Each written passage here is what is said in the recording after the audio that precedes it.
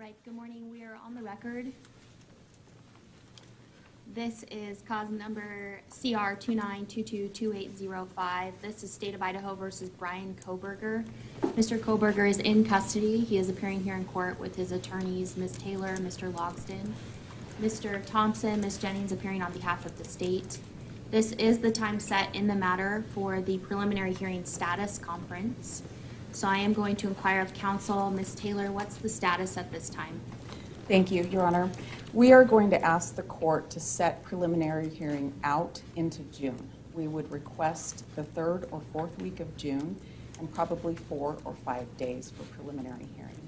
Mr. KOHBERGER understands his right to a timely preliminary hearing, and he's willing to waive the timeliness to allow us time to obtain discovery in this case and be prepared. And Mr. Thompson, are you in agreement with that? The state has no objection to that, Your Honor. Ms. Taylor reached out to us by email yesterday with her proposal. On reflection, the state's calendar would be better in the month of July, but we will make the end of June work if that's the court's preference. And I haven't had a chance to talk to Ms. Taylor about that. I'm sorry, I know that's last minute. That's okay. The court's calendar is going to be better towards the end of June, early July. So would that work, Ms. Taylor, for your scheduling on your other matters?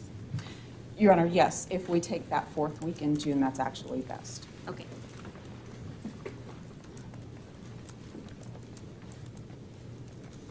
So, Mr. KOHBERGER, I need to speak to you for a moment then.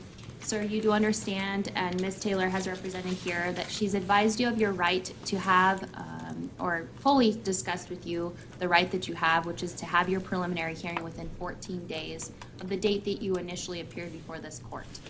As you recall, when I advised you of your rights, that hearing is a probable cause hearing, where the state has to establish that more likely than not, these felony offenses were committed and you were the one that committed the felony offenses. If you waive your right to a speedy preliminary hearing, it does not mean that you're giving up your right to have a preliminary hearing. It simply means that you would not be able to come back and challenge that the state did not present probable cause within 14 days. Do you understand? Yes. Have you had enough time to speak with Ms. Taylor about your decision to waive your right to a speedy preliminary hearing? Yes. Do you need any additional time to do so? No. Then I will ask at this time, as to the 5 counts, felony counts that were charged in the criminal complaint that was filed on December 29th of 2022, are you waiving your right to a speedy preliminary hearing and agreeing that that hearing can be held outside the 14-day period? Yes. And Ms. Taylor, do you concur with his waiver? I do, Your Honor. Thank you. I will find your waiver of speedy preliminary hearing is knowing, intelligently, voluntarily entered here in open court with the assistance of counsel. We will go ahead and set the matter for preliminary hearing.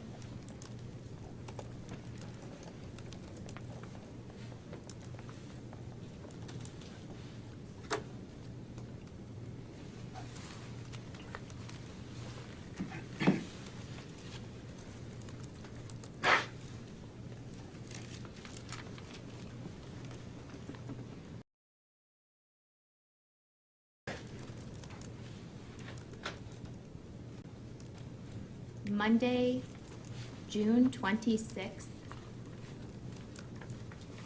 at 9:00 a.m. And I will go ahead and reserve the week, so June 26th to June 30th, in the event that we need all 5 days for presentation of evidence. And just so council knows, it will begin at 9 a.m. each of those days. Is there anything further to address at this time in the case, Mr. Thompson?